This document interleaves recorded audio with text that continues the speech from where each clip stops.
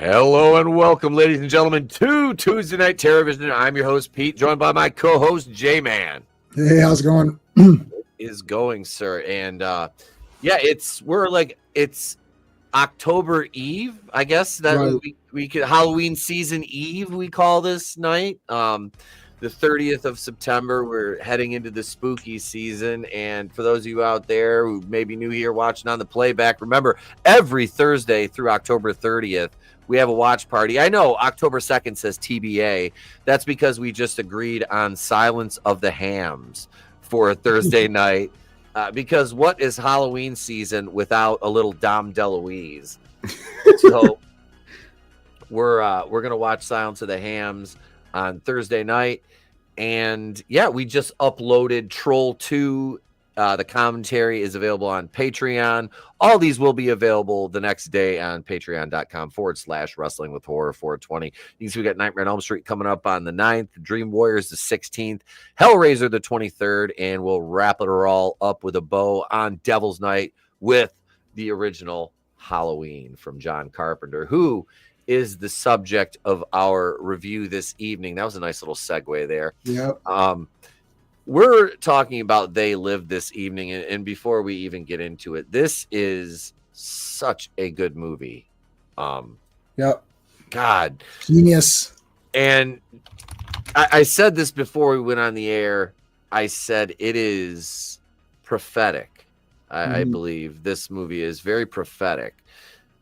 And you look at the messaging and the in context of the movie, and it's so poignant to today's society, which is very, very, the advertising and the subliminal messaging is so, and the scary thing is that's truly what marketing companies and advertisers do, is they employ those tactics in their advertising. So it's almost like looking into the future, from 1988. And this movie didn't do well upon release, right? But you look at it now and it is absolutely a cult classic, and for very, very good reason. God, I can't. And I think so 8 o'clock in the morning, which is the short story that this is based on. That was written in the 60s. So that's from the 60s. Yeah. And then they did a comic strip, which is like 6-7 pages long, called Nada, just called Nada. And he's called George Nada in the story. And my theory on these movies, because you hear this sometimes with some movies, that today they're still relevant today, or they're even more relevant than today.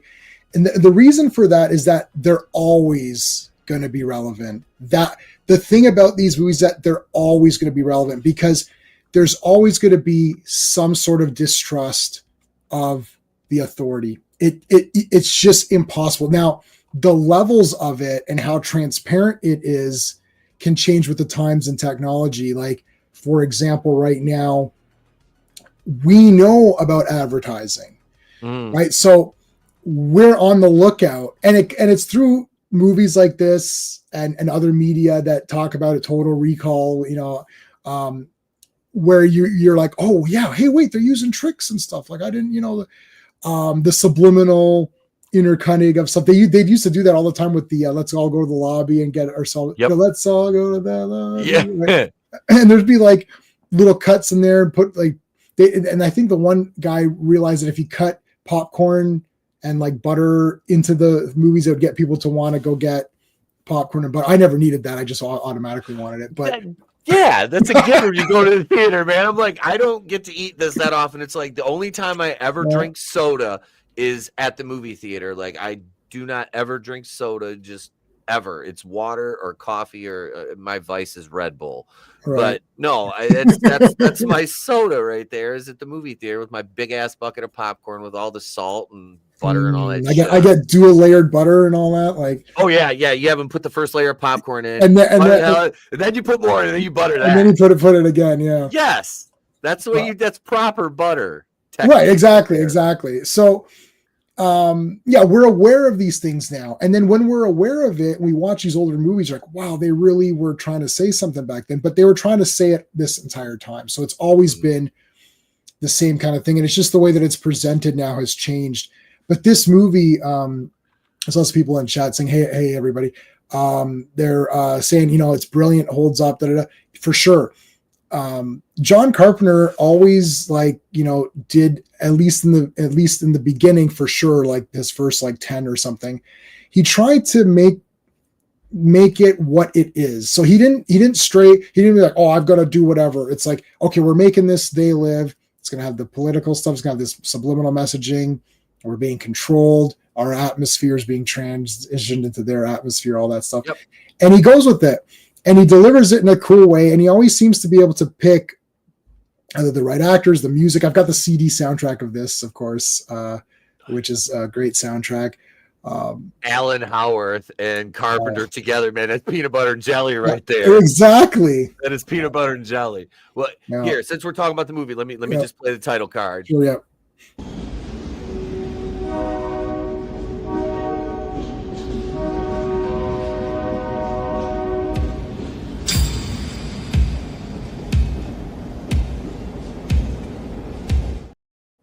I love that opening theme. It's like, God, just I want to see John Carpenter in concert because I know he does yes. He does. I would love to see him in freaking concert, just playing the synth. Oh yeah, please. My buddy actually went. He said it was crazy. Oh my God, that would be amazing. That would be freaking incredible. Well, it's a Western. So you see right there, the music seems like a Western. You got your stranger who's no name. He's a man with no name. They never say nada. He is called George Nada in the story, in the original story. And he comes into town. You and me both, Skyrim. We'll see about that. I don't know. Real quick on that note before we go. I talked about this last night on Nitro. For those of you out there new, check out the replay. We talked about Adam Scherr, a.k.a. Braun Strowman from WWE, and played Jason Voorhees. I'm like, that is a Jason freaking Voorhees. 6'10", 320 pounds. The guy's freaking biceps are bigger than my quads. I mean, he's got to shave the beard. He's got to get rid of that beard. The beard's got to go. You can't have when I made my hockey mask to wear down to the wrestling ring, I had my beard was real long. I'm like, I got to shave the beard. I can't have the beard sticking out from behind the hockey mask.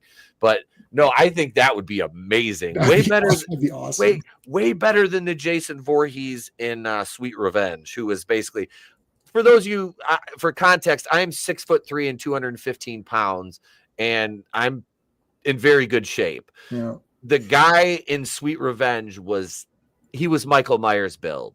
That's Michael Myers is what 6'1", 205. That's basically his list. Yeah, I'm Michael Myers. I'm 6 feet 199 or 200. So yeah, that's Michael Myers is not a huge hulking figure. Yeah, I didn't like that with Tyler Mane and all of that. No.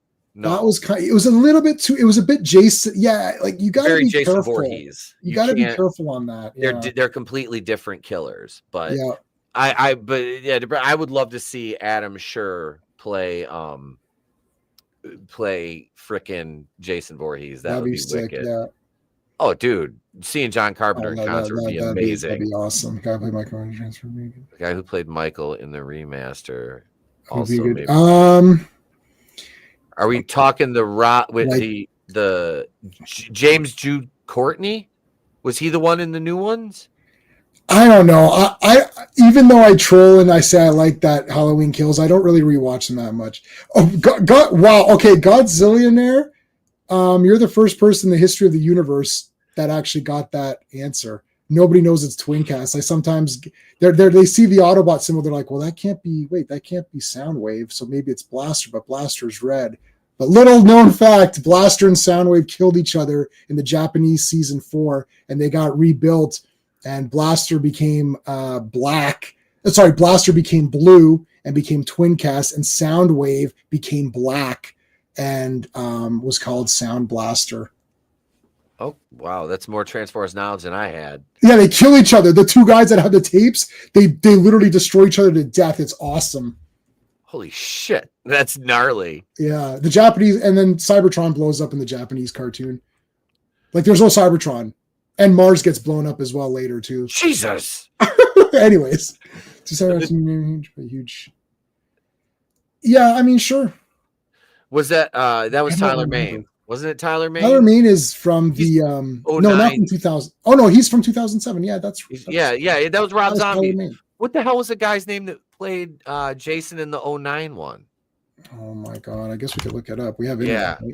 internet, Yeah. Halloween kill. I'll just say kills because then that 2021. That's right. So Jason. Well, Nick Castle still did some parts, right? But so who played Michael Myers? You think I would know this? Tommy Doyle. Yeah, James Jude Courtney. You're right. Okay. Was Michael. I mean, he was okay. I don't really. My problems is more the stories of those movies, not necessarily like, like the actor or whatever. Like I actually thought Michael Myers looked pretty good. We'll have to do like maybe one time we'll do like a ranking Michael's look or something video. That might be an interesting. We can do that. That would be an interesting video because I wouldn't even know myself. I'd have to like kind of look at. I've come here to chew bubble gum. Kick ass and chew bubble gum, and I'm all out of bubble gum. Goddamn, I love that scene. But no, I love that, like you said, the Western style introduction of Nada, his character. He just kind of breezes into town. Okay. You know, he goes through the job employment, can't find a job, so he goes to the construction site. You know, you look, and I've been a fan of Roddy Piper since I was a kid, and you look at him in this movie, and he's freaking built, but compared to the other wrestlers, he never really looked that big. It's just kind yes! I was like, man, because he's about 240 pounds here. Like he was put together, you know, but. Yeah, he's in the convenience store right now, and they're all talking into their watches. Absolutely. This movie. I didn't know anything. When was the first time? Let's do this because I've got an interesting history. What was your history with this? When's the first time you saw it? Did you know about it already, or when I watched it, I knew Roddy Piper was in it, and it was kind of like I was introduced to it as a commentary on society and consumerism, and I watched it for the first time probably in my 20s, maybe like early 20s. And I didn't really grasp the entire concept of it at the time. And now, you know, and then when I rewatched it in, you know, later 20s, early 30s, it was like, oh, you know, because I kind of had woke up mentally at that point. I want to say I was woke, but no, you have basically your red pill moment. Right. It happened in my early 30s, and it was like, so you watch it again, and you're like, okay, this is yep, all right, you know. But I haven't watched it in about 5. This is the first time I watched it about 5 or 6 years. Oh, so awesome!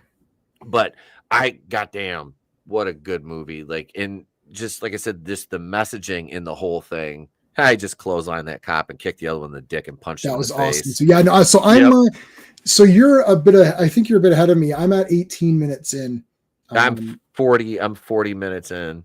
Okay, so he's just discovering the church and all that. So I was a John Carpenter fan, and my grandfather, who's passed away, but he was the best person in the universe.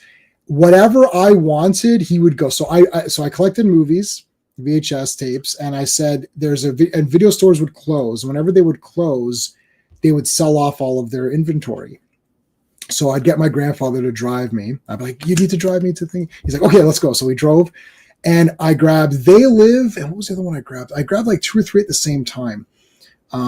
Anyway, so I got it was Supergirl. So I got Supergirl. Helen Slater. I love that movie. Hey, Helen Slater made you feel some type of way in the 80s as a boy. Look, that's a great movie. But anyways, so I grabbed They Live, and all I knew was John Carpenter, Roddy Piper. I like Roddy Piper. So I sat home, watched it. I had no idea anything, like zero knowledge. So I don't know how old I was, like 17 or something, or whatever it was. No, I couldn't have been that because I had my own car at 16. So it was before that. So anyways, I just watched. I was blown away. So it starts off kind of slow. I'm like, he's walking around like there's not much going on. But again, they're laying it out all the pieces. The church, and he goes to the church like there's no music. It's like there's music, but there's no one there. Like, that's weird. Yeah. And when you find that box of sunglasses, you're literally like him. You're like, why is this happening? Who cares? Like, they got some like knockoff sunglasses. And when he puts them on, he starts to see all this stuff. It's like, holy. And then when the person's like, hey, what's your problem? I was like, holy shit. And I was like, what? And then it's like the whole thing just amps up from there. Oh man, what an absolutely bloody awesome movie. I've read every Sherlock Holmes story from Arthur Conan Doyle. I read them in high school. I have a book of all of them. I haven't read them in a long time, but I've watched all the Jeremy. I'm a Sherlock Holmes guy. I watch all the Jeremy Brett stuff, but maybe the writers from the original stories from the 60s, and it's a very short story. We're talking like 5-6 pages. Like you can read it the next time you're doing a number 2 or something. You could read it. It's very fast paced. It's just this condensed. It's like the hypnotist. So it starts off with the hypnotist saying, "Wake up." He's like, so George woke up, and then he's like, "Oh my God!" I looked around and saw that some people in the audience were alien, right? And in the story, they're reptilian.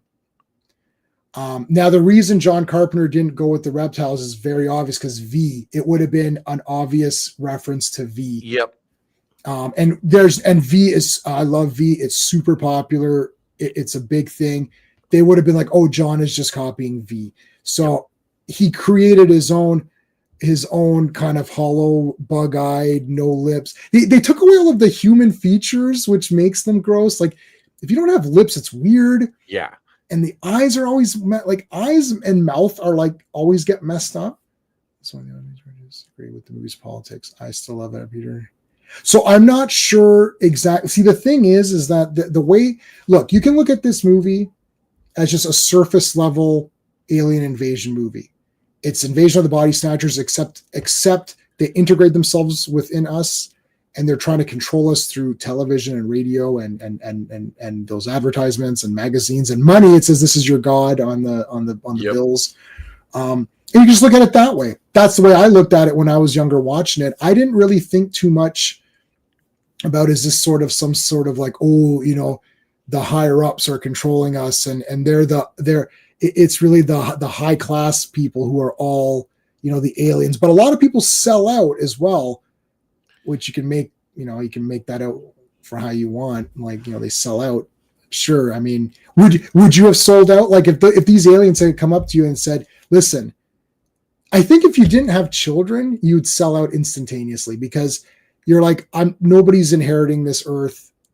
I may as well live life to the fullest while I'm here. Yep. That's it. If you're like, if you have children, what do you do?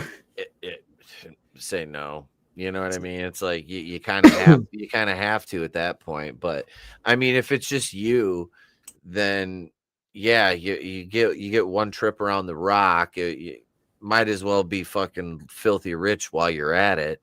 I mean, I got no issue with that. But yeah, it was kind of funny. Was it Buck Flowers? Buck Flowers. I freaking love. What a good. And he was in Friday the 13th part 4. He's like one of the early ones, yeah. And he's in all the John Carpenter movies. Yep. I'm the president. I knew when I got this thing, I'd be president. He's got that voice is the same. He freaking. What up, Draven? Good to see you, brother. Good to see you, brother.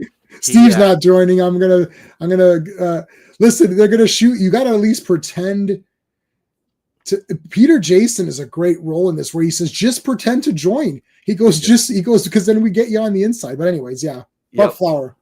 No, his character was great in this. I loved when he got killed at the end. It was just like, it was so satisfying. He was so swarmy, but good, really solid guy. Had a great career as a character actor. And yeah, John Carpenter had a way of doing that with certain people. It was like, just, hey, you're really good at this. Let's use you in every movie. Like, in some capacity.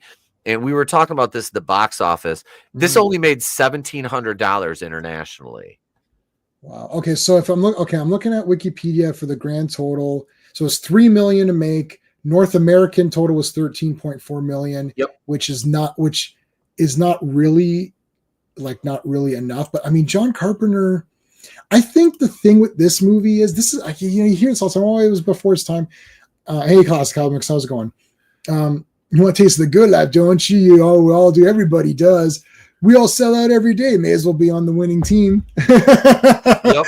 But like, he loves these things. He's got the same cops as in Escape from New York. He with the big shields, those like Yep. riot guys. The riot shields. Yep. Yeah, he loves doing that. I think after Halloween was so good that they almost couldn't accept him doing anything non-horror. Yeah. But then even when he did The Thing or The Fog, which are both, well, The Thing is obviously great. I don't think that did well. And I don't think The Fog did very well either. And The Fog is awesome. That's a really good movie. Adrienne Barbeau. Oh shit, she's great. Escape from New York is in my top 5 favorite movies of all time. So I have that higher than like Raiders of the Lost Ark, which is crazy. But I love Escape from New York and Escape from LA. And I know everyone doesn't like it, but I don't care. But yeah, like this is great. Fog is good. So the way that they're coming and clearing these people out now, here's where they're clearing them all out. Yep. In the story, the drunk Buck Flower is actually killed by Nada. Nada kills him because he realizes that he's a reptile, and they're called the Fascinators because they talk and they hypnotize you. So it's actually the way that they believe that they can hypnotize you. It's not actually technological. He defeats them in the story by getting to the TV station and killing the reptilian guy, and then talking, like allowing the reptilian guy to be on camera and talking as though it was him and saying, "Wake up, wake up, wake up."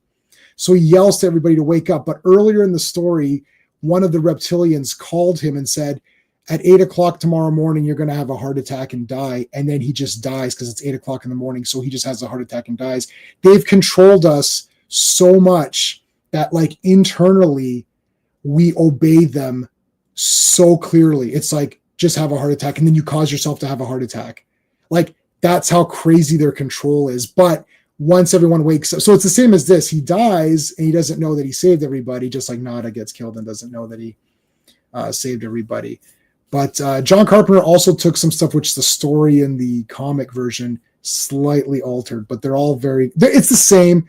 For all intents and purposes, it's the same thing, just extended and no wrestling match. Yeah, that fight scene, 5 minutes and like 30 seconds long. Wow. I was like, man, that's like one of my singles matches. Shit. Yeah. Like, yeah, give me 5 to 7 minutes with a 2-minute entrance. I mean, we're working 5 minutes. That's a basic wrestling match right there. So yeah, that was a great, and I love the South Park parody of that. They did a shot for shot with was it Timmy and Jimmy? Yeah, I've seen it. Yep. Cripple Fight, the Cripple Fight episode. Cripple Fight! Cartman. Fucking Cartman. No, you really like, I look at this movie much differently the older I am, the older I got, and rewatching it, and obviously now, and yeah, like you said, you can look at it at surface level. It's an alien invasion, or the subtext of society and advertising and government control and hive mind collective. To me, that's a big theme, is like that hive mind kind of collective. It's very pervasive in society, and a lot of that leans back, and not to get too political, but Yuri Bezmenov warned us in 1984 about, the communism, and this is much the same way, the way it infiltrates, and it's a disease, it spreads, and that's exactly like the Fascinators, as they called them in the short story. They infiltrate, spread, and It's that it takes over everything. It's all encompassing until it just swallows. Like you said, they're parasites, Yeah. basically. And some people willingly join knowing the fact, and they still join anyways for greed or whatever power. And that's interesting too. And then there's that guy I mentioned him a few times, the British guy who does these breakdowns, and I haven't seen his full day live. I think it's like a couple of hours long. I've only seen it's behind a paywall, so I've only seen a little bit. And he was proposing an interesting thought of, are the aliens, we don't get the society of the aliens. Are they also being forced to do, like, are there aliens out there who are like, no, I don't want to invade Earth? Like if we went back to, how they're teleporting. So this is me adding my own thoughts to this. Is there people on the alien world saying, no, we should stop, protesting, stop invading Earth, let the Earthlings go? Are there aliens protesting their own government in that same way, the way we would be as if it was like an invading force of a war? There's a great Twilight Zone episode. I've got the toy of it somewhere. I don't know if I can find it. Of these there's a woman in a farmhouse, and there's these little aliens that are attacking her, and and it's like they've landed and they're just attacking her, and she's trying to fight them off and whatever. And she fights them off, and then all of a sudden it zooms into their ship and it says NASA, and the aliens are like, we landed on this planet of giants. And we were the invaders in that. It's Twilight Zone, so there's going to be a twist to it. Yeah. But interesting, like, what are the aliens like? Are is there some of them who are like, I don't want to go along with this? Like some of them, everyone behaves a little differently. Like some of them are like, listen, remember the cop comes, he's like, listen, why don't we talk about this? Maybe you stumbled onto something here, but maybe we can work out a deal. So you've got your sort of diplomatic alien guy who's like, hey, why don't we talk this over? Because they don't just immediately kill you. Otherwise, how would they recruit anyone? Yep. Right. And then when he makes fun of that woman, formaldehyde face. You're all right. This one, real fucking ugly. But she gets pissed off because she's getting insulted. So she's like, I've got one that can see. And then it's like, oh shit, here they all come. Who knows what the aliens are like? Like we never got, and then we don't get their perspective. No, and they're integrating because at the very end, I know it's a funny thing at the end to have the two of them, they're having sex and the one guy's an alien, but they marry and reproduce. They want to. So we never saw any hybrid, we never seen any of the hybrid aliens also. And it's definitely established that there's hybrids and humans together.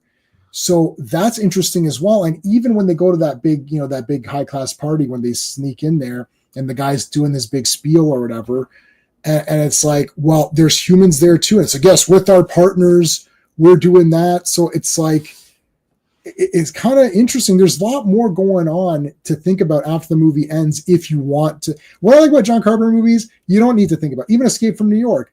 There's a lot to be said for that movie too. The President, Air Force One. It's in New York, which is funny. It's like New York is a prison.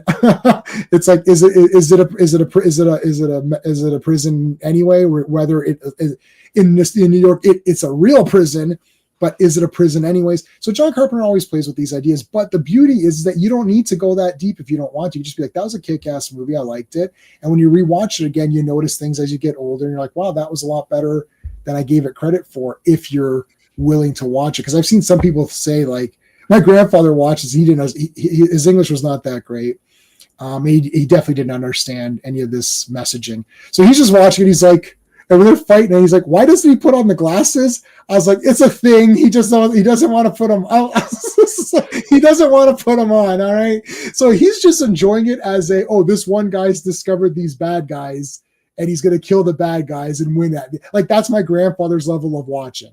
Yep. Like, he likes James Bond. It's like, James Bond is the good guy. Everyone else is the bad guys. And there's pretty girls.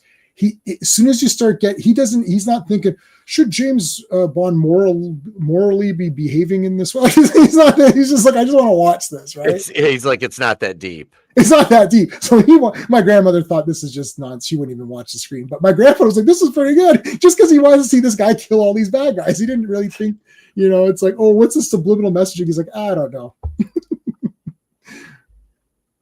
And they mentioned, did they mention Cronenberg? and Carpenter. They mentioned John Carpenter. What did they? Is it? There's a guy talking about horror movies. He's like all these. He's like John Carpenter, and he mentions a couple of directors' names within the movie, which is good. John, is it? Maybe he says David Carpenter, or he says something where he gets Cronenberg and Carpenter somehow in there. He like juxtaposed the name, so something like that, and the guy says it, and I was like, that was kind of fun. I like the black and white. So the sunglasses are not in the story. He just wakes up and could see them. Okay. That was such, like I said, I didn't get a chance to read the story, so that the sunglasses are just in the movie. I guess they kind of wanted a visual representation it's cool. of that. Yeah. I'm at the bank scene where he walks in. Oh, that's an awesome scene. It's George Romero. Thanks, Digsby. It's George Romero. Guys like George Romero and John Carpenter have to show some restraint or whatever. And Romero is famous, obviously, for the zombies, but they are. Well, I guess in this movie we're the zombies, right?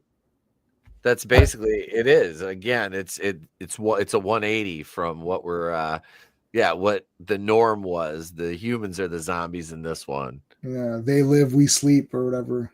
Sleep. And they've got little they got technology and shit going around. That's kind of neat. Mm-hmm.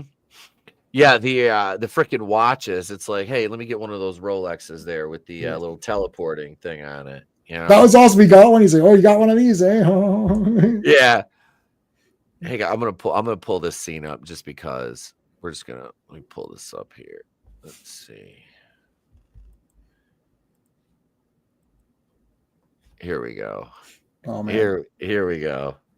I'll take the claim for this.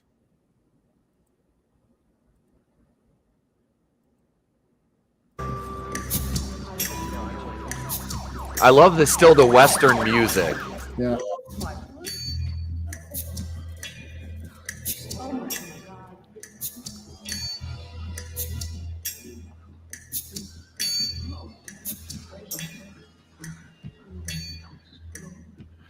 I have come here to chew bubblegum and kick ass. And I'm all out of bubblegum.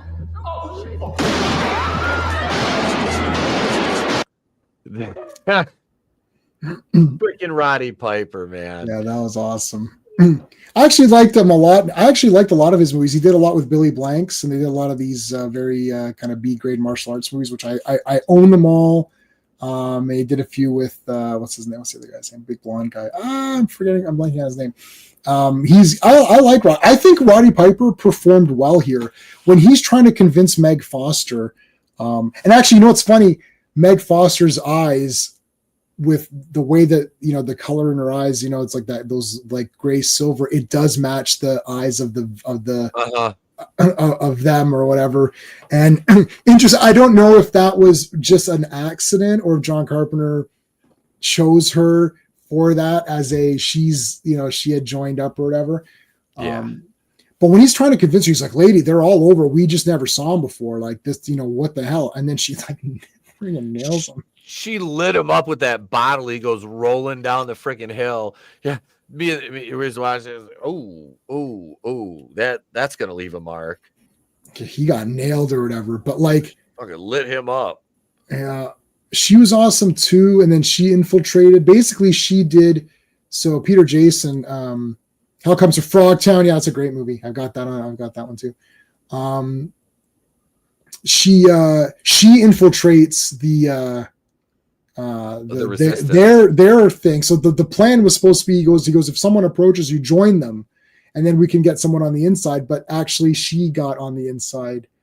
The entire movie actually plays out exactly how you kind of want it to, but not in the way you want it. Like, you want him to win, you want him to thing everything, but then Keith David is killed. That totally sucks.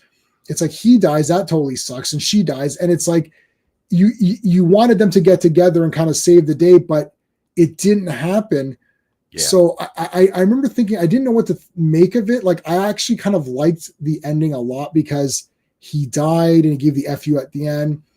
But it just escalates. Like, the last 10 minutes, it's like as soon as she comes in and she shoots him. 1 second, dude. Yeah. Give me 1 second. Yeah, you're fine. No, it was a very cool scene. He just shot I've got the movie playing in the background, and he just shot the little orb out of the way, which was just sitting, hovering. Which Right. I love those. That was so Phantasm. The orbs, like the. Oh, so I couldn't hear you. That was my mom calling. She never calls. Like it's always a text, so I thought it was an emergency, but it's fine. Okay. Yeah. Okay. Sorry. Yeah. What did you say? No, the little orbs, the tracking. Yeah. They're drones, as it were. Yeah, the drones. Again, they're using drones. Isn't that good? In 1988, that's basically what those were. Yep. God. Yeah, he's like, come to show him where I am, huh? Not nice. Or whatever. Now, in the story, they do have in the story, and the comic, the aliens eat humans.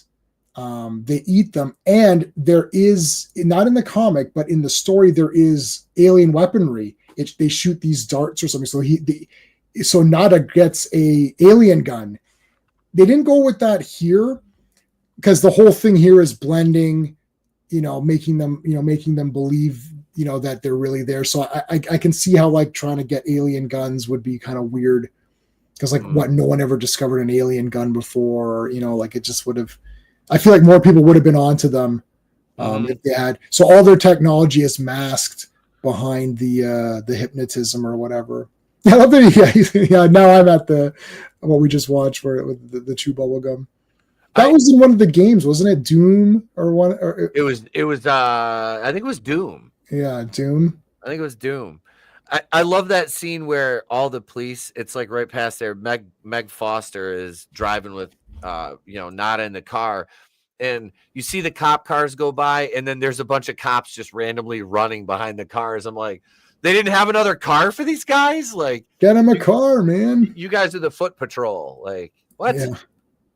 Oh, this guy in the bank, this security guard was a terrible shot. He completely missed Roddy Piper. But I love that they're at the bank, right? Like they're still keeping things. And even when the guy's talking, I like when there's just scenes where a human is discussing things with, like they show the guy's like, oh man, he's like, you got a promotion. The guy's like, you got a promotion, don't worry. He's like, oh man, I don't know if I'm gonna get one. And right, that's kind of cool. And then here we saw the teleportation the first time seeing the teleporter, which is really neat. Takes them underground or whatever. That's cool. But yeah, it ends how you want it to end, but in a kind of a sad way.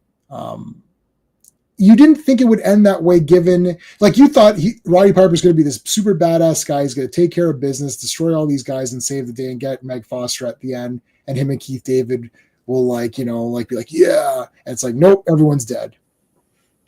Yeah, like that was kind of it was. He achieved his goal, but yeah, all our main players are dead at the end. It's kind of like what was that?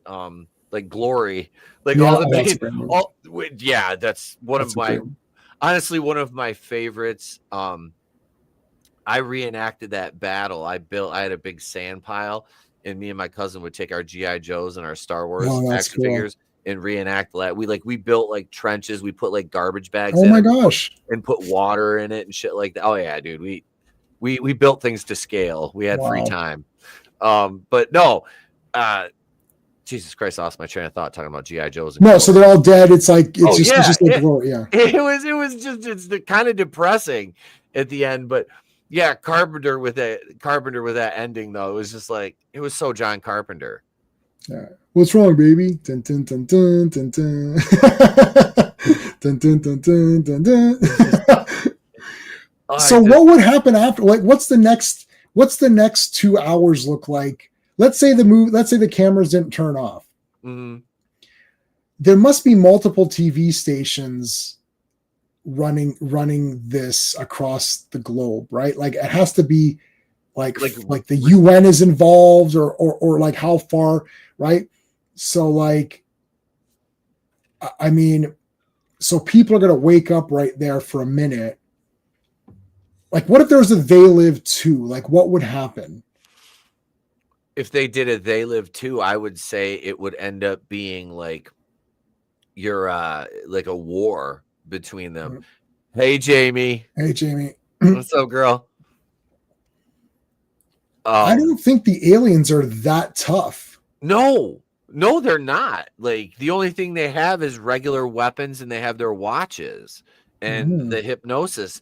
At that point, it's not like they're physically overpowering, or, you know, like you see in other science fiction movies when they fight, you know, the aliens. The aliens punch Yeah, people and fly off. Yeah, they're ripping people in half like fucking phone books. Right. You know, it's not like that in this. Damn, Meg Foster was hot in this. Yeah, she's great as Evelyn too. Oh my god, I almost forgot that was her. Her eyes, like, you just, like, there was a scene where she's driving the car and they have a clear view. Her eyes are so just, they're freaking crazy. Like, yeah, they're crazy. It's intense. Yeah. I like how they show the effect of the glasses, what wearing the glasses does. Like how it kind of tires you out. Right, it's breaking the you're more used to being hypnotized than not. That's why it's so hard to break it. Yeah, it was it's just another cool, like, little touch they throw in there. You know, I like when they clearly establish rules in a universe, and like, okay, so, you know, everybody's under the spell, but there are people who they've figured it out. You know, they have to wear these glasses, but you can only wear them for so long because the effects of the hypnosis with the glasses countering really, really knocks you out, you know. Yeah. You see the world in black and white. That's interesting. Yeah. Is that just an aesthetic choice, or is he saying something? Now you see there's good and evil, and that's all that matters. A man animal doing the work of a cyclo. Oh, yeah. Oh, hey, where's my I'm on page, like, I think I'm a couple hundred pages into that book. That's Battlefield Earth. The L. Ron Hubbard's book. Yeah, well, that book, I've not finished it. It's very long. It's an absolute masterpiece so far. I don't care about Scientology. I don't care about what people do outside of their thing. Just the book on its own is friggin' awesome. I've never seen the movie. I've never seen the movie. I just watched, like, Joe Blow Horror did a video on how bad it was, and I knew it was. Oh, she just knocked him out the window down the hill.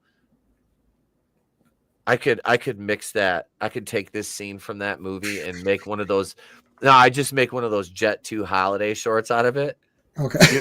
You know what I'm talking about? Have you never heard that? I know what you're talking about. Hang on a second. Hang on. I have a plethora of them. Just for a second, we're gonna break kayfabe here, and we're gonna go over to Nitro. And I see these reels all the time. Let me see. Let me play one here. That's probably. Oh, this one's fine. We'll play this one. Nothing beats a Jet 2 holiday. And right now, you can save £50 per person. That's £200 off for a family of 4. I'll send you the one that I have. I made 7 of them yesterday. It takes me like 10. All I do is scroll Twitter. I'm like, let me find a ridiculous situation. Right. And we just put the Jet 2 holiday fucking audio over it. I'm like, those are all going on I've got, like I said, they're going on my TikTok and my Instagram and stuff like that. But no, yeah, Piper and Keith David's relationship in this. I got a wife and kids back in Detroit. I'm like, shout out to the home state.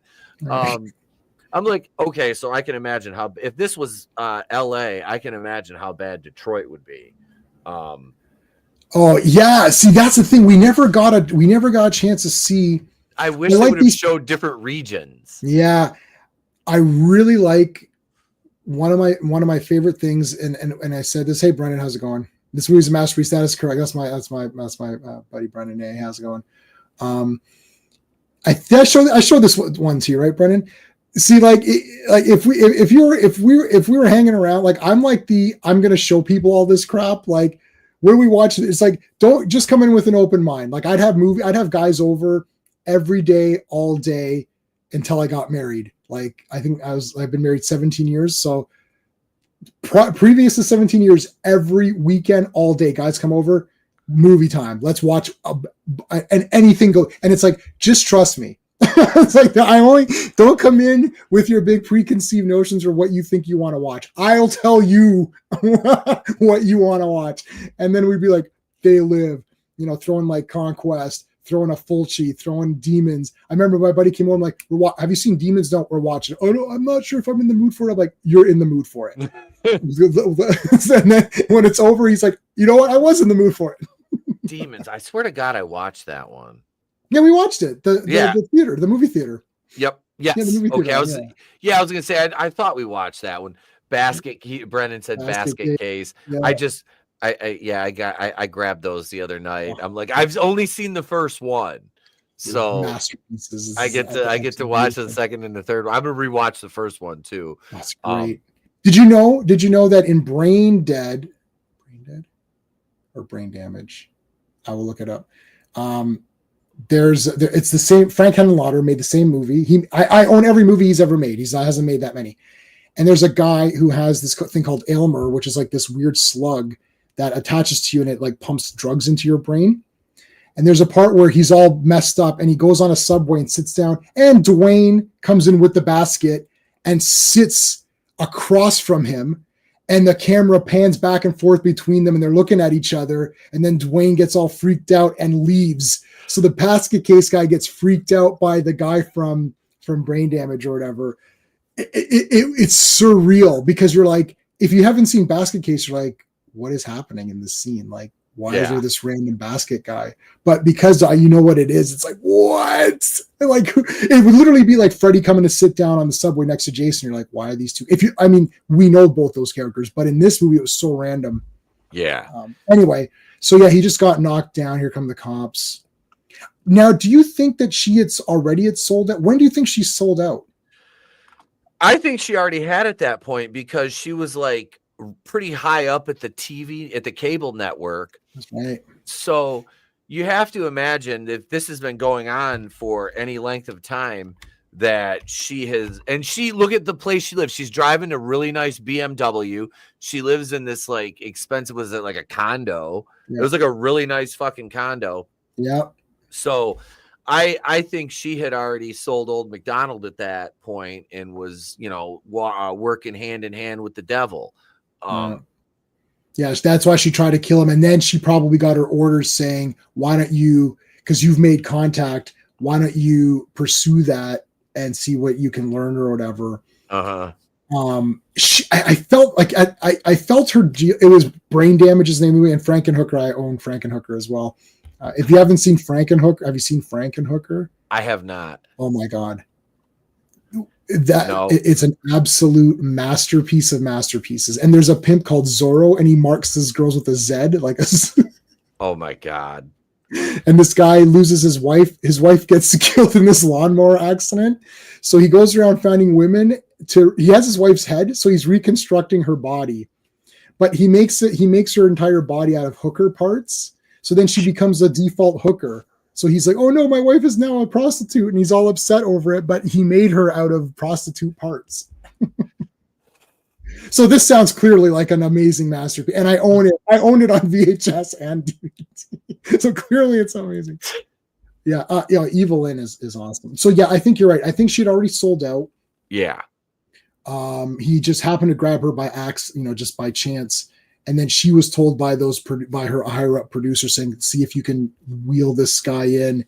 Maybe we can figure out what's going on. And because he had just made contact with those resistance fighter guys, that all just kind of worked out perfectly.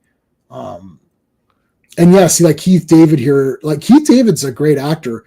Yeah. He's legit in any of these movies. And he's like, look, I can't get involved in this. He's like, I'm walking the white line, in the middle of the road. He's like, that's the worst place to drive. I love that. Got a little bit of sense of Running Man here with like, the world looking for him now. And we're about to get to the. Have you reached the rest? They're in the middle of their 5 to 7 right now. Right. All right. So yeah, they're doing. He's about to do it here. He comes back for the glasses. And I remember thinking the glasses were so cool because it's just generic items. It's like the watch. Everyone's got a watch on, so it doesn't seem inconspicuous or whatever, or it's inconspicuous. Yep. And, you got your sunglasses, which, you put on the sunglasses, you think it looks cool, but then, it'll show you how, the real world or whatever. That's cool. Yeah. Oh, this is he's trying to get back in and find the glasses in the in that trash compactor thing. That was cool. I was like, oh shit. I was like, I couldn't remember. I'm like, does he almost get I'm like, no, he gets stumped out. Okay. I couldn't remember at first when I heard the truck start and then he just tilted up. I'm like, and then the guy drives away with the fucking dump truck, like the garbage truck all the way up. I'm like, is he not noticed the back? All right, whatever. Yeah, like what the hell was he doing? Like, I don't understand what this driver was doing. Yeah, maybe he didn't care. I don't think he cared. But yeah, then they get the contact lenses. They got the new ones. That's kind of neat. Yeah. Instead of the glasses, they went to contacts. I was like, oh, cool. That was kind of this little more inconspicuous than walking around with the Blues Brothers sunglasses on. Yes, and the Penguins go see the Penguin. Favorite Macali Comics says favorite movie. Yeah. It's one of my favorite John Carpenter movies, and it's probably one of my favorite. It's one of my favorite movies. It's one I like to rewatch every so often, just because I find that like where would it? So I'm about an hour in. So an hour in, everything is super established. It's all good. It's all done. Yep. Now you're just watching it play out. So the pacing, even though it's slow in the beginning, the thing with it is that it's not slow if you rewatch it, because everything that's being said, you can tell it's like, oh, this guy knows, the preacher. He's like, they're all around us. They've been here a long time. So it's like, oh, he's preaching the truth, right? And then you're watching the people watch TV and they're like, oh, I'm getting a headache. It's like, oh, my head hurts. It's like, because the TV's telling them what to do. That's cool. The church stuff. And, oh yeah, we're running a nice, mission here and helping people. Alien Counter number 6. I don't have the comic. No, but I've got a PDF of it. Just the 6 pages called Nada, just that comic. I don't have I don't actually own the physical comic. Do you want to take a look at it? Yeah, you can pull that up. Hold on a second. I should have it on this computer here. I do have it on this computer. Nice. I don't have all my comics on this computer, but yeah, I've got it. All right. It is there. There we go. Nada. So this is from Alien Encounters number 6. I never collected this series. I don't know anything about this comic at all, except that it has the story. So there's Nada. He woke up. See, it just starts off with him awake. There's the work 8 hours, sleep, marry and reproduce, right? All of that stuff. He turns off the TV. He gets a call where it says, tomorrow at 8:00 in the morning, your heart will stop. And he's like, okay, that was weird. There's the aliens. Huh. In the comic. They didn't do the reptilians, the reptoids or whatever. So there's the drunk guy. There's your Buck Flower kind of guy. And he just smashes him to death. He just kills him. He comes back home. Now in this one, he goes to visit his girlfriend. So Nada has a girl. Okay. And he's like, and he sees that she's normal. He's like, wake up. I want you to wake up. You got to wake up. And she's like, I'm awake. What's your problem? He's like, no, wake up. And she's like, what's your problem? And he slaps her to try to wake her. And she's like, ow, like, what are you doing? And then her neighbor comes over. He's like, holy shit.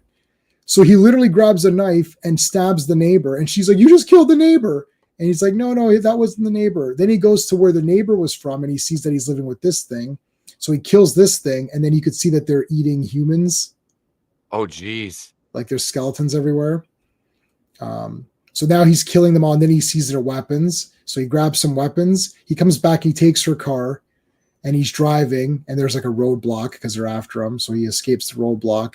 He comes here to talk to this guy, and then he calls back the guy who called him, and he's like, I know how to wake everybody up. He's like, no, don't do it. So then he goes to the TV station, shoots everybody at the TV station, goes up the stairs, right? So this is all from the movie, right? Yeah. He gets up, bingo. There's the guys waiting there, blah, blah, blah, blah, blah, kills all of them. Now there's the recording. So they're recording this guy talk, and he kills it, but he leaves it on the screen, and then Matt does the voice of it. So he's like, wake up. I wake up and see us as you all are and kill us. It's like, what? And then they all look and they're like, what's going on? And you can see there's the bed having the, right. And then it's 8:00. So he just has a heart attack and dies. He just melts away and dies. You're like, okay. so he died anyways. Jesus. But yeah, it's pretty close. Like, I mean, I mean, this is the Cole's Notes version, right? Like, but pretty interesting that it's I do prefer I do prefer these humanoid aliens with the no lips and the weird eyes. It's creepier. I think in a comic book, doing it as that squiggly monster is kind of fun and makes it a little bit more fun. But I think if you did that in real life, in real live action, it would come across as silly and not creepy. Like, it could be silly because the movie does have some silliness to it, but like when he's like, "Hey, what's your problem?" You know, you're like, "Oh shit." Yep. That was fucking. You're like, "Oh," and I don't know how old I was, but I was like, "Oh man!" And that woman's like, "We've got one that can see," and then he looks up and everyone's turning. You're like, "Oh shit!" So if they were these weird squiggly monsters, you'd be like, "Eh." It wouldn't. It would look wonky. It really would. Yeah. They were eerie looking. It was like you said, the eyes and the kind of. It's basically like looking at somebody without their skin is what. Yeah. To me, it's like you just see like the muscle and tissue. You know, kind of like in Hellraiser when in Hellraiser, Frank in part 1 and part 2, Julia and all that. That's what it reminded me of. Julia's the worst villain in the universe. I hated her so much. She's a great actor because I couldn't stand her. I was like, "Oh, you bitch!" But she was so good. The second one, she's bringing all those guys home. It's like, and just killing them all, taking their thing around. Yep. But they're kind of like skinless, and then they're blue too, so we don't get to see them in color till the end. And they're like blue with like reddish bits and stuff. They look really weird. Yeah, the coloring on them was an odd look, but it worked because you wanted them to like stand apart when they were in their alien form. So it was neat. I dig this. I didn't see who did the cinematography on this. I want to look at that. I did not. I don't have all of the. I've got Wikipedia up, but it doesn't have all of the. Look in here. John Carpenter reuses the same people all the time, but you can always tell, like, it's just got that kind of like John Carpenter, like it's like you knew what you were getting, kind of a thing. And either you were in or you were out. I know. I was looking at. Okay, let's see. It doesn't say over here on IMDb because I don't have IMDb Pro. Yeah, I don't have it either. Let's see. I know. It's like I don't want to pay for it. Yeah, I have zero interest. There's like there's enough internet. Right.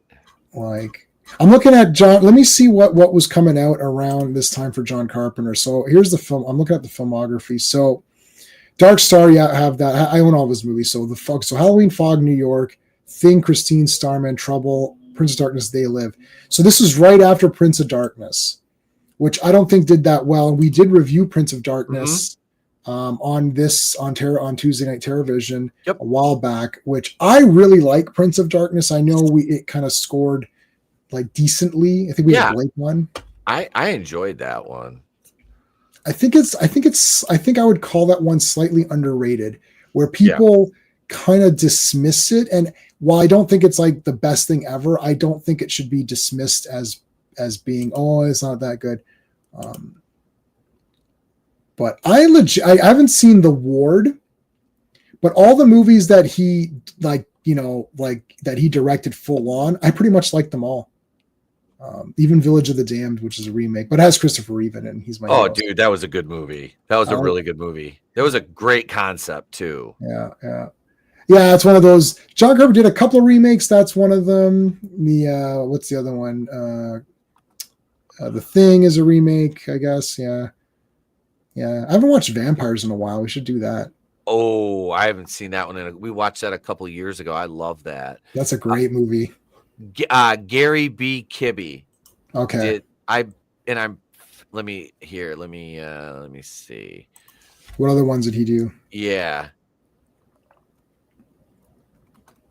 Classic is saying this is the last really good one since In the Mouth of Madness. Well, Memoirs of an Invisible Man is a different kind of movie, and I thought it was fun for what it was. Mouth of Madness is next, then Village of the Damned, then L.A., then Vampires, and Ghosts of Mars, which I love.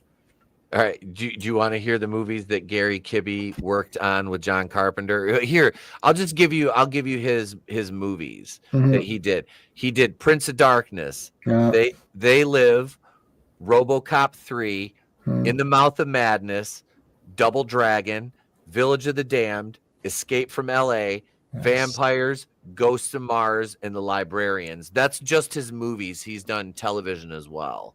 Yeah, so see, you could tell all of those John Carpenter, that's all those later ones. John Carpenter is like a lot of these guys, these auteur guys, who he gets very familiar with his people and he likes using them. Mm-hmm. And if they're working, use them.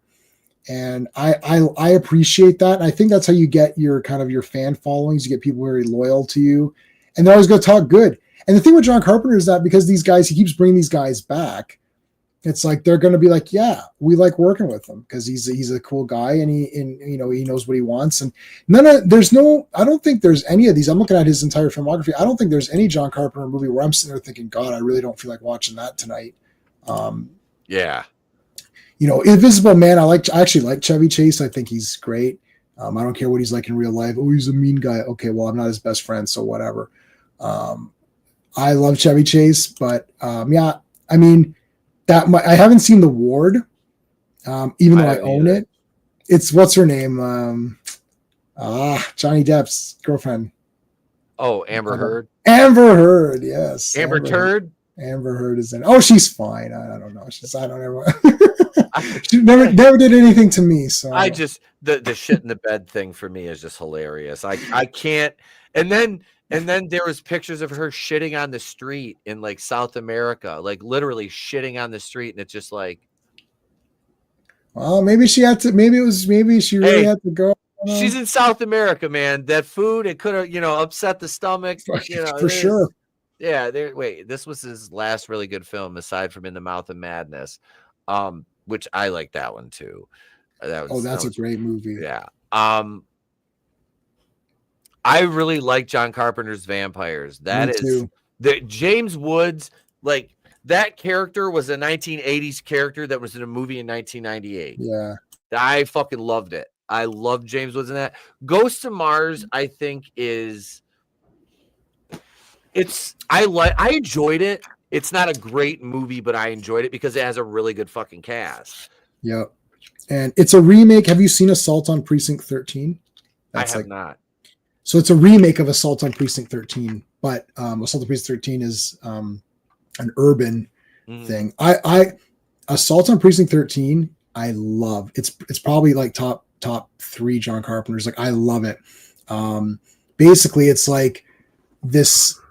All of the gangs have teamed up. So the Hispanic gang, the black gang, the white gang, I think there's an Asian gang too. They all form one super gang. It's like the Warriors, but like one, and like they just go randomly start shooting people. And actually, if you don't know what happens, I actually almost don't want to tell you because there's a death. Have you heard? Don't look anything up. Have you heard of the Assault on Precinct 13? There's like a famous death scene. Oh my God. No.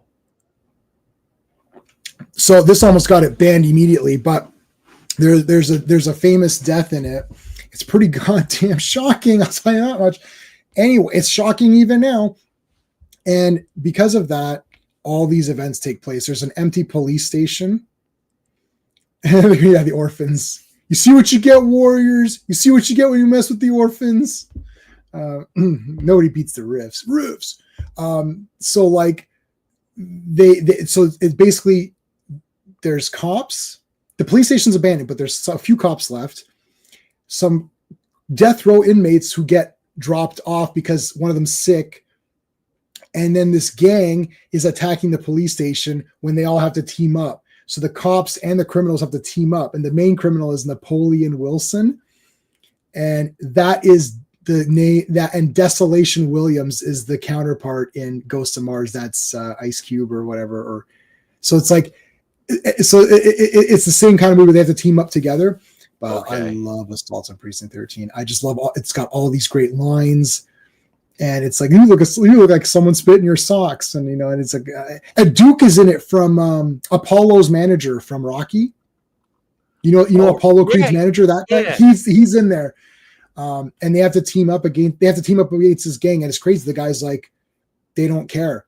It's like they do this blood oath to destroy everybody. And they're like, they're just going to kill everybody. It's like, yeah. And they don't give a shit. It's basically Night of the Living Dead, but the zombies are are a bunch of youth gangs. And you remember Escape from New York, where the guy with the crazy hair delivers the ring, and he's like, he has the finger. That guy is in Assault and Precinct 3. It's all the John Carpenter guys, so you recognize them all. Anyways, I'll see if I can. I'll loan you that.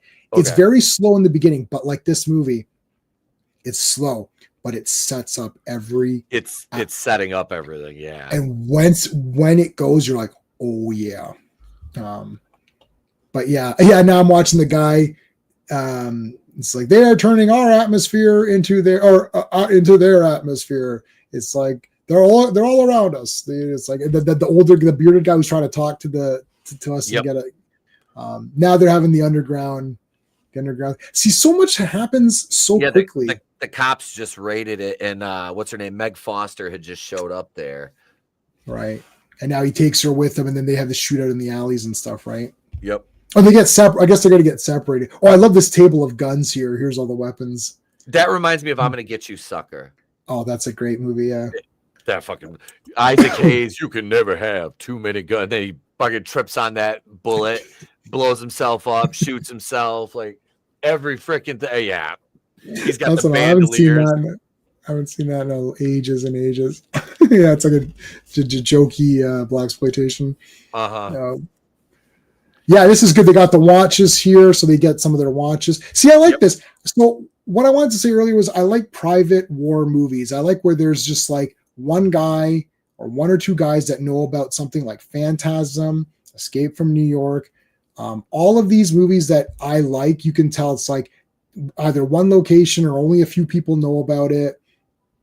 Because I always feel like I'm like, ooh, I'm in this resistance gang and we're going to take these aliens down. This feels really cool. I like that feel. Like with Phantasm, I like that, it's me and Reggie and Mike and we're going to take down the tall man. This is going to be cool, right? We're going on this mission to take him down. And, Escape from New York, it's like, I got 24 hours, got to get in and get out. Like that's going to be good.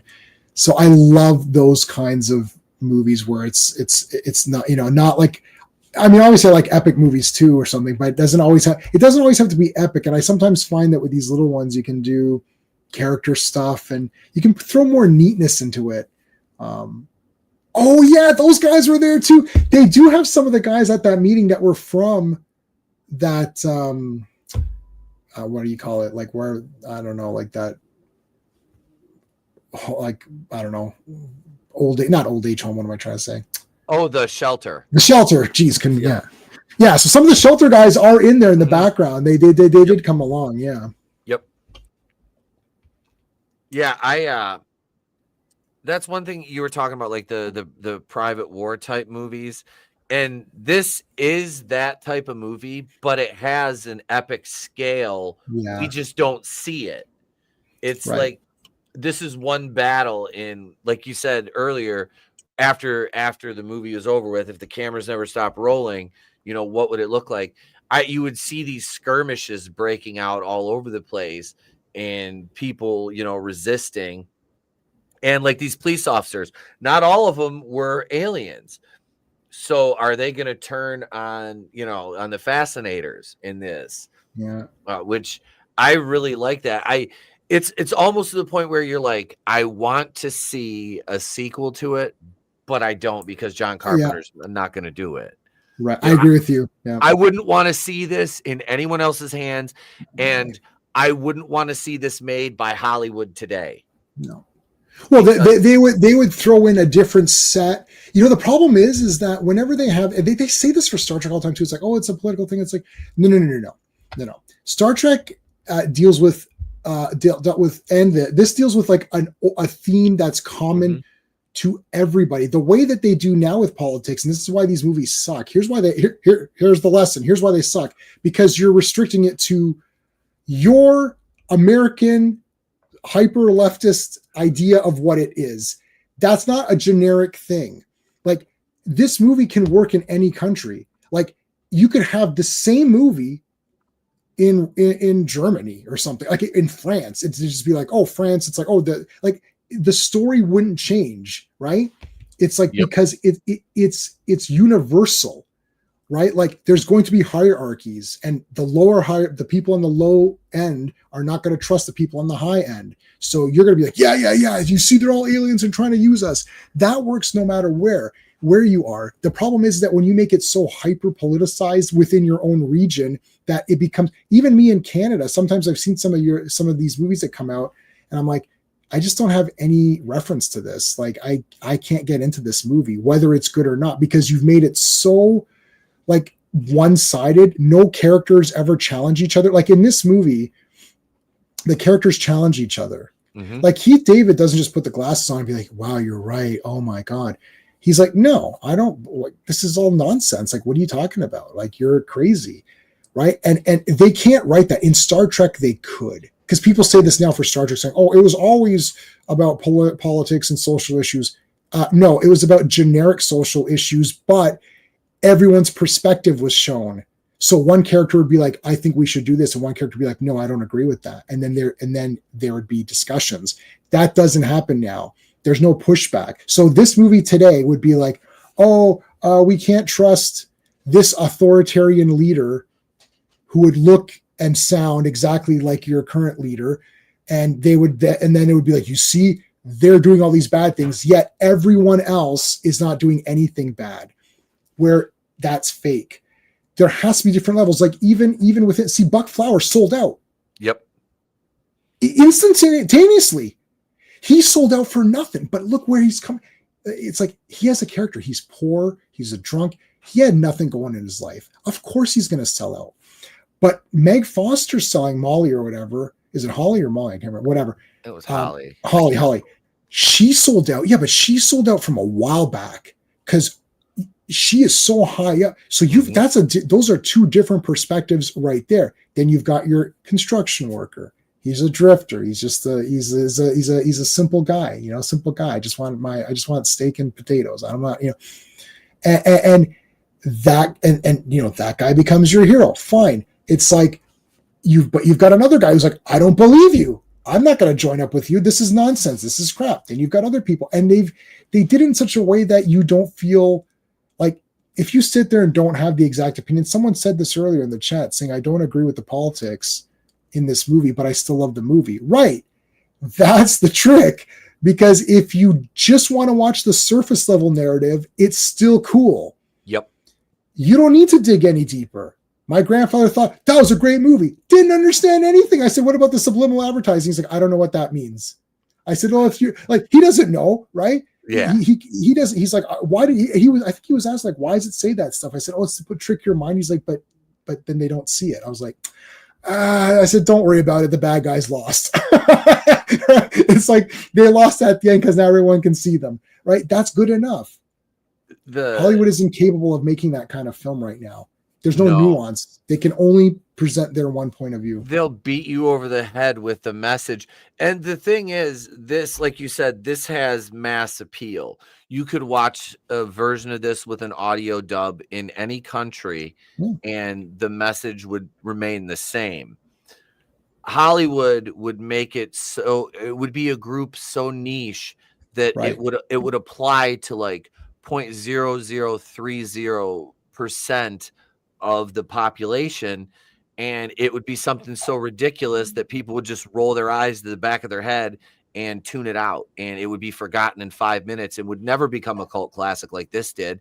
This did because the message was always there. It just needed to be discovered by the wider audience, and it didn't get that exposure upon its initial release, because 1988 was a very jam-packed year for movies. Yeah, and then Batman's coming in 89, and all these big super movies come out. Like, like the way that they would do it is, they would have some sort of the president would look like your president, and then I'm sitting here saying, you know what? I don't need to see some movie making fun of their president. Like, I don't care. Like, that would immediately turn me off. This is why in movies that have a president, they never name them unless it's historically like, unless it needs to be there for history, right? Like the president in Escape from New York is just the president, right? Like it's not like, now that's a future movie, but like, you know, whenever you watch these movies and he's like, oh, Mr. President, and then Mr. President is never Air Force One. Like, that's not a guy. Like, I don't think he's a guy, right? Like, I don't, you know, like in Watchmen, it was Nixon, but that's because it has to be Nixon because of that story that they're telling you. But otherwise, it's just generic person saying, Mr. President, and it's not anyone specific, right? As soon as you make it, hey, Tony. Hey, Tony. As soon as you make it someone specific, you're alienating everybody, because I'm like, I don't know who that is. I don't know his mannerisms. Yep. Is this supposed to be an anti thing? I read one comic and it looked like it looked like a Donald Trump thing. And then I'm like, is this some anti-Trump comic? I'm like, yeah, I'm done. It's like, I'm reading superheroes. I don't care. I don't want to read it. And it turns me off. That's the problem. They don't know how to make just a movie. Just make a generic movie. If you want to have an evil president, then make an evil president, but don't make it so obvious that I'm supposed to sit and be like, oh, I see what you're doing. How clever you are. Would you like a pat on the back? Very clever. Yeah, so you tell him, don't break your arm jerking yourself off. Right. It's like, are you making a movie or a political statement? Then go on Twitter and type your statement out. Don't waste my 2 hours. I want to see this week. Look, they're going to the alien planet. That's cool. I love that teleport scene. Like, the guy's got his briefcase. He just walks right up like he's just going home from the office. He's catching the fucking subway, you know? Yeah. That's so, you know, so this it's casual. Go back to my original question when we started. How are the aliens oppressed? Because it's a job. Mm-hmm. Like, he's showing up. Okay, today I got to pretend to go to the supermarket and recruit some people. You know, maybe there's a recruit. Maybe you can do something really funny where they're like, the alien guy comes back. It's like, so did you recruit any humans to join our cause? No, you're supposed to recruit one a day.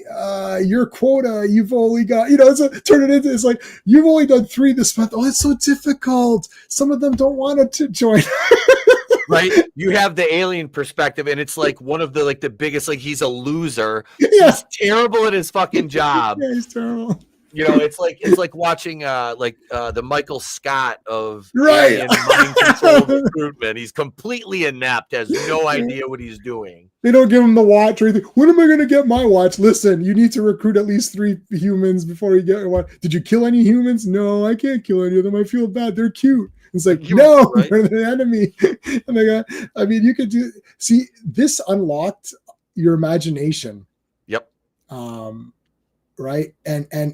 And we talked about something privately, my buddies and I, about, and then, or because of. So for an example, it's like, when movies do this and they say, and then this happens, and then this happens, and this happens, that's not as good as, because this happens, because of this. So because he ran into Holly's going to try to infiltrate, right? And then because she comes to try to infiltrate, that breaks up that entire thing. I mean, because of that, their plans go haywire. They have to quickly go to the station. But because they go to the station, all these people are going to get killed now. And because of that, Holly's forced to kill Keith David, because I'm not sure. I don't think she wanted to kill Nada. I think she legit wanted, saying, why don't we go back together? Let's go, you and me. I don't think she wanted to kill him. I think she has something that's coming up right now. It feels like she's likes him still, kind of. I don't know. Yeah, the hallway shootout scene is where I'm at. That is so fucking good. Yes. Again, I'm like, hey, you guys have M16s. Why don't you grab the dead guy's guns, and basically just because you got a full magazine that way, because they didn't even get a shot off. Anytime someone doesn't pick up a gun, it always irks. I don't care who it is. John Carpenter is my favorite. He's a master, but I always think, why?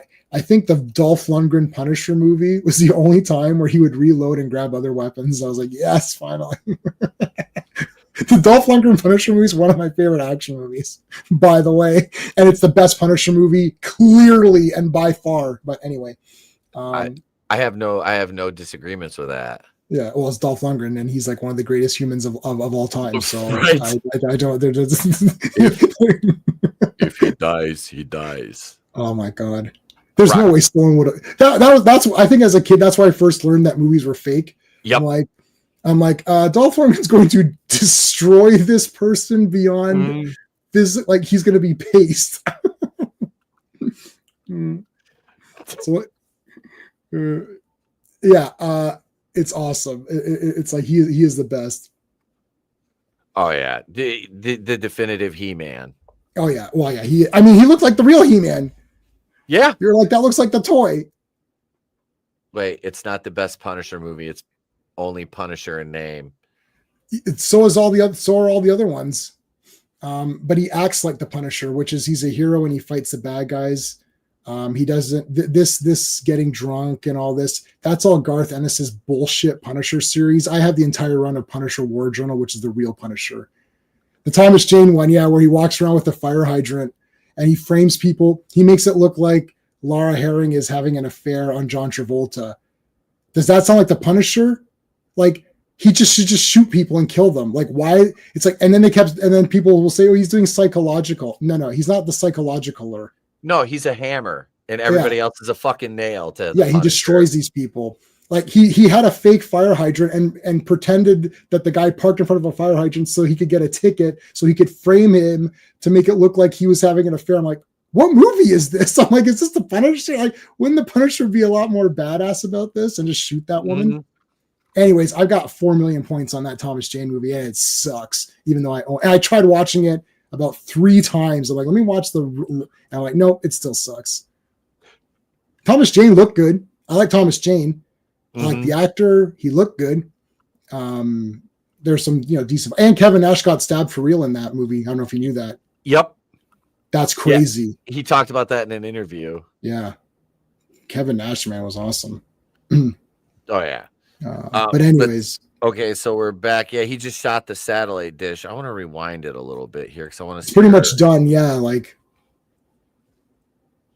Yeah, I want to see her kill Keith David.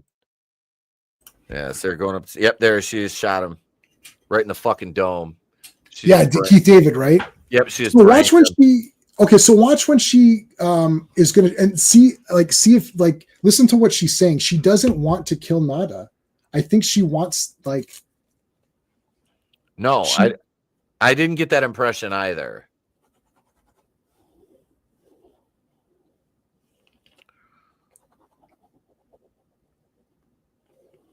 Yeah. Yep, she has asked. She said, "I'm clear. Are you?" She even gave an action movie line. Mm-hmm. And they're just like, let's just go. This is like a video game. Yep. It's literally a video game. It looks like Contra. They should play the music. Dun, dun, dun, dun, dun, dun, dun, dun. Holly, let's go. No, don't take her with you. She's come inside with me. Oh. But actually, that's a clue, because why would she just go back and pretend like everything was okay after that raid? The thing is, they do it so quickly that there's no time to talk about it, because in real time in the movie, it's happening so fast that you don't have time to figure out what's happening. And actually, she starts to pull out the gun right before the cut. Yeah, that was awesome. Boom, and he's dead. It was an off-screen kill, so maybe. Maybe he's still alive. No, he's dead. It was just a flesh wound. It's just a flesh wound. He's fine. It's only a flesh wound. Get back here. How about the? Oh, he's gonna shoot the satellite. Yep. There's the yeah. He just gave the middle finger. Yeah, I love. Hey, what's wrong, baby? Yeah, Gloria, you look like shit. Yeah, that was awesome. Man, poor Gloria. Right? That's like pouring perfume on a pig. She was just trying to read. Yeah, the guy in the bar is sitting there, the alien staring at the fucking TV, and everybody else is looking at him like, what the like, okay, if that, oh, here it is right here. Yeah, Marion reproduces right over her left shoulder. Yeah.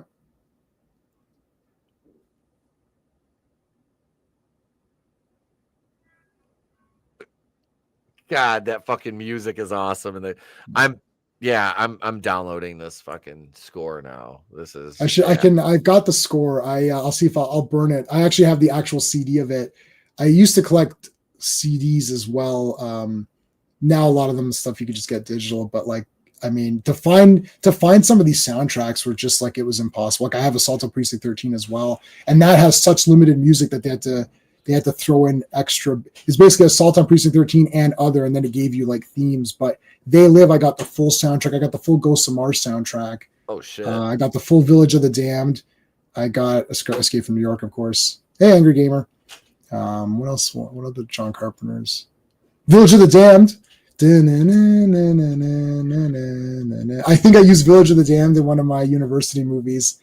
We made movies in school, so I used Village of the Damned soundtrack for a couple of them. Oh, there's the TV. This is great. Yeah, you look like shit. I really do. I mean, I don't even really think we need to score this one. It's 10 out of 10. 10 out of fucking 10. Yeah. I mean, really, you can't. What are you going to mark this movie down for? I have no idea. I mean, it's a poignant fucking cult classic, goddamn masterpiece, and John Carpenter is just, yeah. That's what makes me. Well, the movie was a critical. It was a box office failure. I'm like, was it though? Okay, so it failed at the box office, but you have people 40 years later talking about, some of his movies and, 30, 35 year, whatever. But, we're approaching 40 years for this one. God, isn't that crazy? There's toys, there's dolls. It's referenced in games. John Carpenter said this, I believe it was on Escape from New York, but he said that, he goes, whenever someone says, oh, what's your favorite movie or what do you think was the best movies? He's like, what you have to do is you have to wait 10 years. He's like, wait 10 years and then look back and say, okay, what were the great, because it takes a while for it to impact, right? You need it time. You do need time. And 10 years seems like crazy, but this is my problem with I just saw this movie, X movie, and it's my favorite movie and it's the best. It's like, hold on a second. Same thing with all of these franchises. This came up on our conversation privately where an acquaintance of mine had said Prey was the best Predator movie. It's like, firstly, it's not. It's like the maybe second worst or something.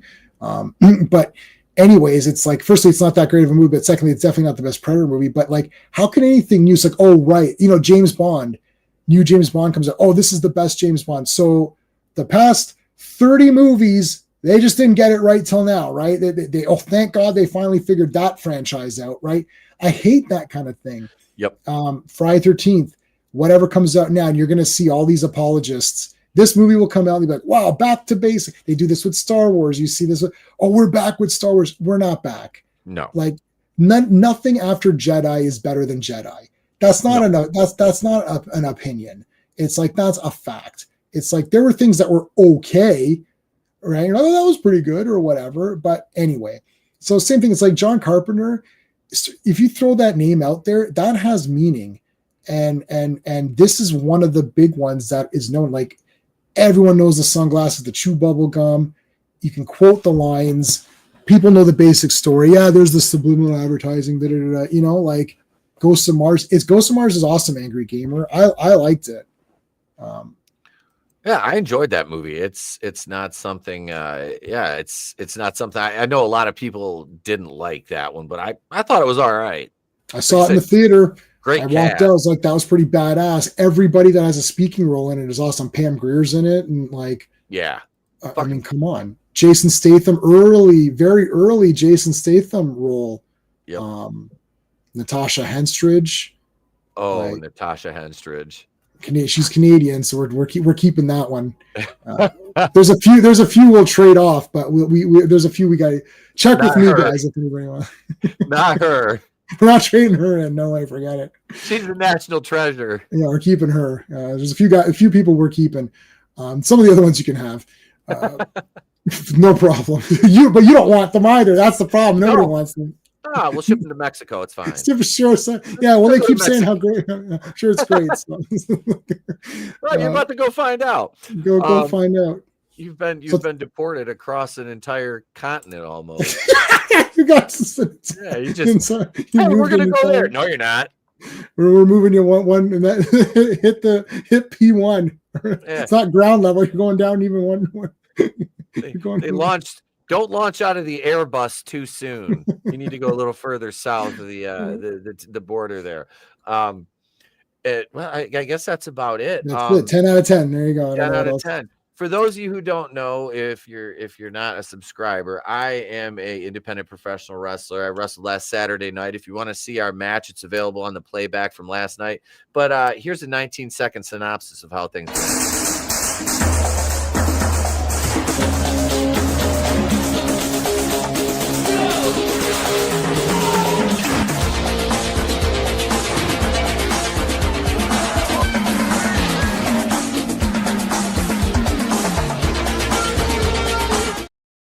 Yeah, we came out to the Miami Vice music because our stable name is Midnight Vice. We're getting our shirts made with the Miami Vice style logos and shit. Yeah, so check us out. Links in the description. Super Shogun Wrestling on YouTube. J-Man's link is in the description. Go subscribe to him, guys. I threw up all of our links. I threw yours up because there's some people watching from my stream, so I threw yours up too. Yeah. Thank you, guys. We are doing a watch party for Silence of the Hams on Thursday night. That'll be available on Patreon. Our Patreon is in the description. We just uploaded Troll 2. That's available right now. The full commentary. You go over to the Patreon. All the commentaries are full. You get to watch everything uncensored. I have a Halloween Resurrection video. The very last Halloween movie I have to cover, and I can finally move on. I started reviewing them back in 2021. I did the 2018 one, and I've done the rest of the franchise except for Resurrection, which was a holdover from last year. I'm out of practice when it comes to producing videos, gang. I haven't done that many because time. So yeah, I'm saving the worst for last. I would rather watch that one than the Rob Zombie movies, which we reviewed those. I had to split that stream into 2 episodes on re-upload because it was a 4.5-hour stream to review both those Rob Zombie movies. And I had 15 to 16 pages of notes on each movie. They were painful. But no, yeah, they hurt my brain. But God. Yeah, but yeah, next week, Nick Bergman from Wendigo Pictures will be joining us right here. We'll announce Thursday night. I'll let you guys know what movie we're covering. I'll tell you tomorrow. I'll find out, Jay. Awesome. But yeah, that's it, gang. Thank you so much, J-Man, for being here, brother, as always. And yeah, subscribe to J-Man's channel. And like I said, links in the description. J-Man, put them in the chat. There was, here's the, one more time, there's the schedule for the remainder of the Halloween season. It says TBA for this week because I made this yesterday. I didn't get a chance to update it. But yeah, Silence of the Hams, 8:05 Eastern. All our streams are at 8:05 Eastern unless we decide to start late. But thank you, everybody, for being here. We appreciate you, gang. It is Halloween month eve, so I'll be probably wearing my well, I can't wear it to school tomorrow because of enhanced security protocols now. I was gonna wear my Michael Myers mask to mass tomorrow, but with my suit, just wear my Michael Myers mask. I don't think that'll go. They know it'll be me, but I won't do it. Anyway, gang, I'm Pete from Wrestling with Horror for J-Man. If we don't see you, have a great day at Pleasant tomorrow. We'll catch you on the next one. And remember, it is always better to burn out than fade away. Deuces.